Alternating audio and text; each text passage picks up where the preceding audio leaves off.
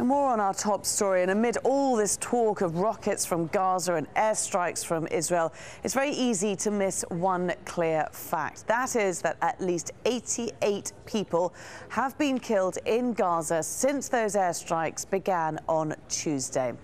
The number of people killed in Israel is 0. The number of people injured in Gaza stands at least 550, and compare that to the number of people injured in Israel at 2. Now, these numbers reflect Israel's superior weaponry. Israel's military says it's hit more than 600 sites in Gaza, and it says 360 rockets were fired towards Israel from Gaza. 70 were intercepted. Some have hit Israeli targets, but most have proved ineffective. Let's get more on this and speak to Mouin Rabbani, an independent Palestinian analyst and co-editor of Jadaliyya, an online magazine produced by the Arab Studies Institute. He joins us live from Amsterdam. Thanks very much for being with us. We just heard at the open session of the UN Security Council meeting, the Israeli ambassador to the UN calling for the international community to understand the threat caused by Hamas. But those figures that we just saw here on this wall really do speak for themselves, don't they? And we see then that the greatest threat right now is actually from the Israeli army.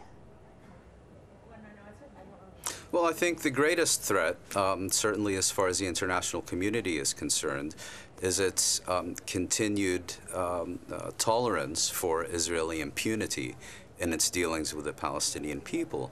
And until the international community makes clear to Israel that it will be held accountable for its actions, particularly its systematic violation of the laws of war and its refusal to relinquish its occupation of the West Bank and the Gaza Strip in East Jerusalem, then, you know, all this talk of peace and diplomacy and ceasefires and so on is really just empty talk.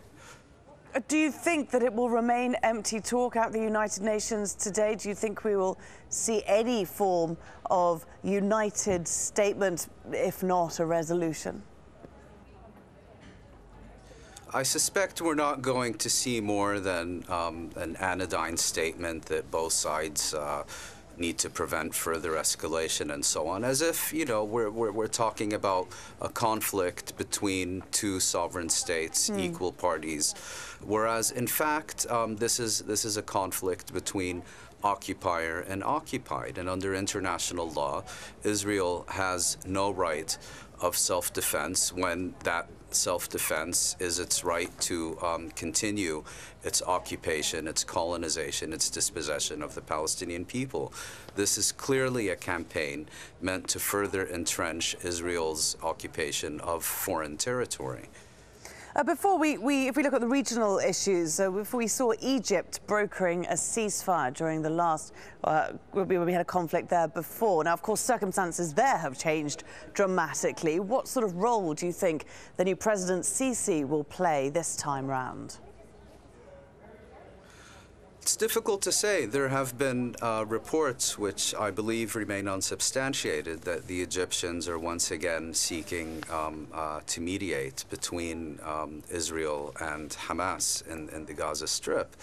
And I suspect that as this conflict escalates, they may intensify such efforts. The problem is that there are really two separate sets of issues that at this point any mediator is going to have a lot of trouble resolving. First are the issues relating specifically to the Gaza Strip, and it has to do with the blockade, with humanitarian access, with access for reconstruction materials and so on, things that Israel has agreed to previously but largely failed to implement.